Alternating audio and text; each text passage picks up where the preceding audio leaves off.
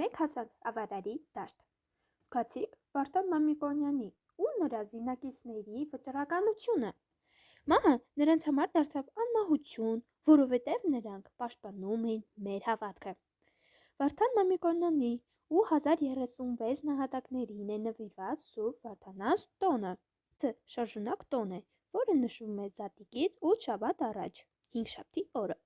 Դեռևս 1919 թվականին այն հաստատվել է որպես պետական տոն, իսկ այսօր այն հռչակվել է որպես բարի գործի և ազգային տուրքի օր։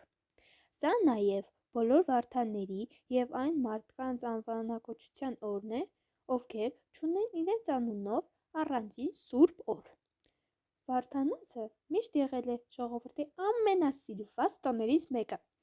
Տարբեր գավառներում, օրինակ, Ղարադաղում, բնակիչները մեծ շուքով բեմադրում էին ավարարի ճակատամարտը, պատրաստում էին զենքեր, սաղավարտներ և ներկայացնում Վարդանի քաջալերող ճառն ու ծակի դավաճանությունը։ Հետաքրքիր է, որ երեխաները խաղում են բերդախաղ։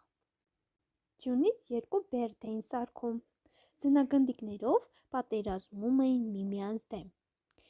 Իսկ մոսալերները այս տոնը կոչում էին հարբեցողների օր, որովհետև տղամարդիկ պատարագից և հայրենաշունչ քարոզից հետո հոգով գինովանում էին և կազմակերպում մեծ կերխում։ Վարդանանց հերոսների հետ կապված Տավուշի մարզի ներքին Աղթան գյուղում կա մի հսկա կաղնի, որը ըստ ավանդության տնկել է հենց Վարդան զորավարը։ Դրա տակից հոսող զորավորի աղբյուրի ջուրը, ասում են, մարդկանց տալիս է անմահություն և քաջություն։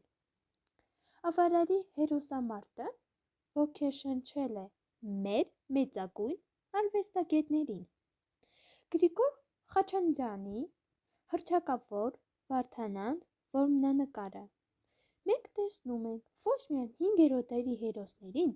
այլ մեր մշակույթի հսկաներին՝ Կոմիտասին, Չարենցին, Սևակին։ Դրանով նկարիչը ցույց է տվել, որ Վարդանանց ոգին ապրում է նաև մեր օրերում։ Դերենիկ Դեմիրճյանի «Վարդանանք» վեպը և Էդուարդ Իսաբեկյանի հզոր կտավները մեծ են փոխանցում այդ մարտի ամբողջ դրամատիզմը։